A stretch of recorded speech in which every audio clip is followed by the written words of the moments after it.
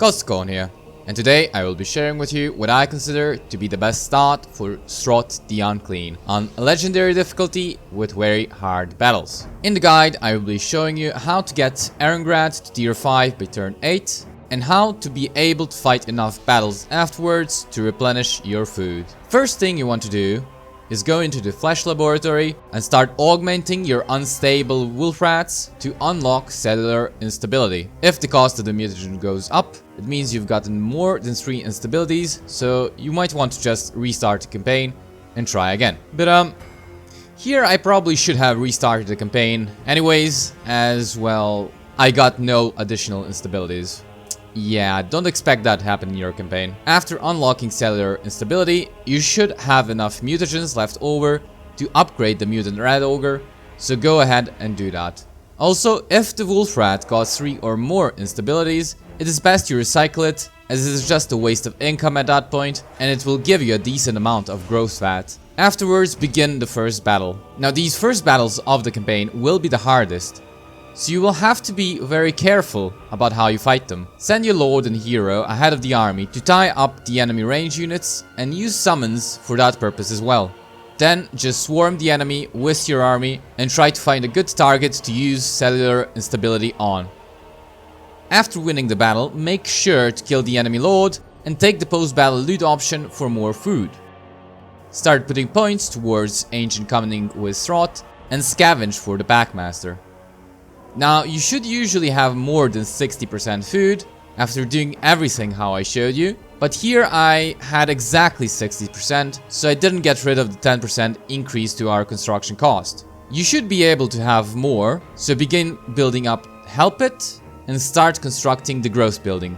Attack Fort Strakhov and win in the exact same manner as before. Loot and occupy the settlement, start constructing the rubbish pit, so you can begin researching technologies next turn. Recruit 3 Skaven slaves of your choosing. I go for Skaven slave spears here. Recruit a Grey Seer Ruin at Fort Strakhov. And again our Grey Seer Ruin at Hell Pit. With the Lord and Hell Pit, begin recruiting 3 clan rats. Swap the commandment to get some more food. Go into diplomacy and join war against Kostalton and end the turn. Kostalton will occupy Josheng during the end turn. So on turn 2, attack Kostalton with the Grey Seer Ruin, reinforce with Throt, and begin the battle. Since the Grey Seer Ruin is the only unit on the battlefield, the AI will use its skirmish units to rush him. So just bring him over to the reinforcement point and kill the war sleds and horse archers with Throt, the Packmaster, and the slingers. Afterwards, win the battle in the exact same way you usually do.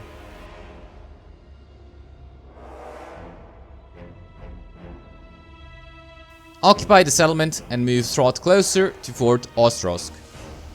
And start recruiting some more clan rats.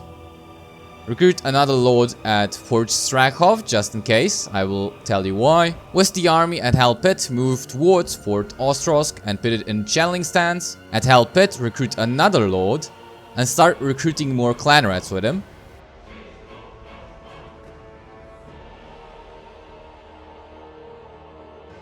Go into diplomacy and offer to join war against Azazel with the Brotherhood of the Bear for some income and end the turn.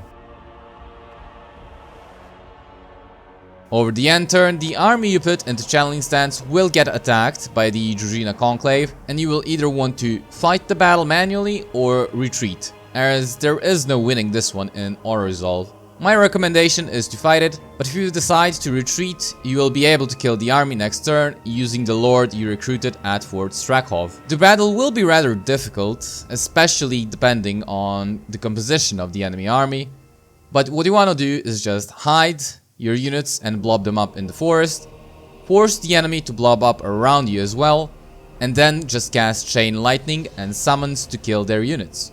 Just make sure that after winning the battle, you chase and kill the enemy lord, as that way you will get more food. Turn 3, besiege Fort Ostrosk with an army, which you can reach with Throt and transfer all of his units to it, so that you can attack the settlement instantly.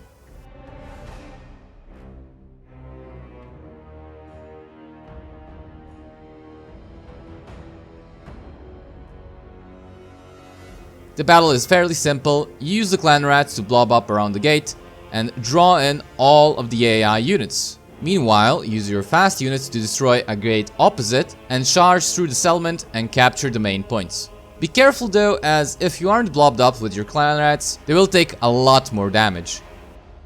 Occupy the settlement at tier 2 and don't worry about the food, as you will still be in the green. Start recruiting some more clan rats and begin constructing the weapons dump so you can get some warp fire throwers later on. Put points into warp lightning for your lords. Move the lord at Jawshank away from the settlement in ambush stance and help Pit put the commandment for reduced construction cost and end the turn. Now over this end turn, what can happen is that Azazel might attack Jawshank and gift it to his vassal or just sack it. If he gifts it to his vassal, there is no hurry to recapture it, as doing it too recklessly might lead to you losing a battle against him and ruining your campaign. Turn 4, kill the rebellion that spawned, preferably with Throt to get more experience. Just make sure you ambush the army and help it begin constructing the landmark, the breeding stock, and build up the growth building.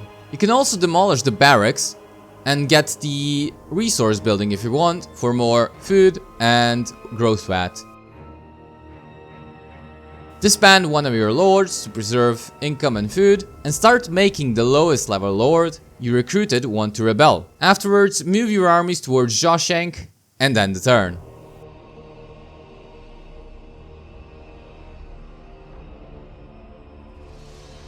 Turn 5, if Azazel took Jawshank away from you, recapture it with one of your lords. Just make sure it is not Throt or the lord you want to defect. Move Throt into ambush stance so he can attack Erengrad next turn, but be careful, as if Azazel can attack Jawshank again, you will need Throt to defend it. Move another lord a bit closer to Castle Alexandrinov so that Kostaltan can attack it, but make sure it is being reinforced with Throt and start recruiting warp fire throwers, and here I also got some warp grinders for the fun of it. Afterwards, just end the turn. Over the end turn, Kostaltan should be able to attack you, and you will kill him for more food. Just make sure to wound him, as otherwise you will not get much food. Turn 6, finish off what's left of Kostaltan's army with one of your minor armies, and use Throt to occupy Erengrad. Now at this point, if you recycled the wolf rats at the start of the campaign, you should have enough growth fat available to get brood horrors. So go ahead and do that. And use the mutagens however you wish. You can recruit the brood horror into your armies, but you don't have to, and afterwards just end the turn.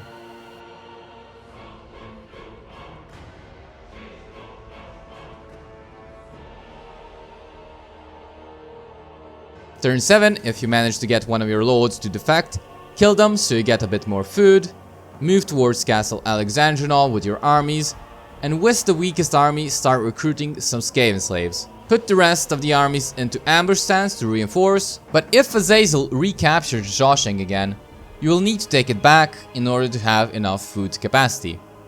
End the turn, and if you don't get discovered over the end turn, Kostaltan will attack you again and you will be able to auto-resolve the battle for more food. Turn 8, if everything went your way, you should have just enough food to occupy a settlement at tier 5. If not, you can still sack Castle Alexandrinov for another 2 to 3 food. Go into diplomacy with Ostermark and trade Erengrad to them for as much money as they will be willing to offer.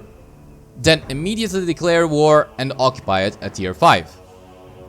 Now, there won't be any garrison in it, so if you have no armies close by, you could just recruit a lord in the settlement and after declaring war, occupy it instantly. Build up the walls, and I would also suggest getting some assassins capacity to be able to replenish your units faster. Sack Castle Alexandrinov if you haven't already, and just end the turn. Now, because you spent all of your food, you will be in a bit of a predicament, to say the very least, until you can replenish it. And that is why we started the war with Azazel, and if you haven't already been attacked, he is going to start sending armies after you.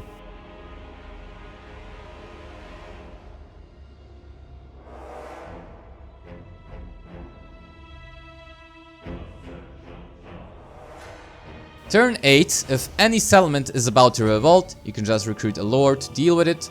You can also perform the 13 scheme to help you with your fight against the Zazel and everybody else that is going to declare war on you. Ostermark will have brought a full stack to defend Castleborn Rüken, so go ahead and attack that with Throt to get more food.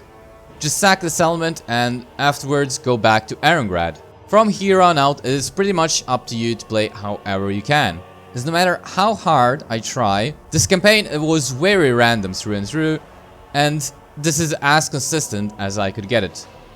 After this point, you basically want to keep sacking Castle Alexandrinov, start dealing with the Zazel however you can. His army should be fairly easy to kill, especially if you can lure him into an ambush. Defend Erengrad from Ostmark, and expect a war declaration from Katarine very soon. By turn 12, you should already get enough food to have another tier 5 settlement, and I would suggest selling Fort Ostrosk to the Spommen clan for some cash, so that Katarine doesn't take it off of you, and after dealing with Katarine, you can just retake the settlement and get it up to tier 5 as well. And this is the extent of what I can offer you on how best to start your campaign as Throt. If you enjoyed the video, don't forget to subscribe for future content. Thank you all for watching, and until next time.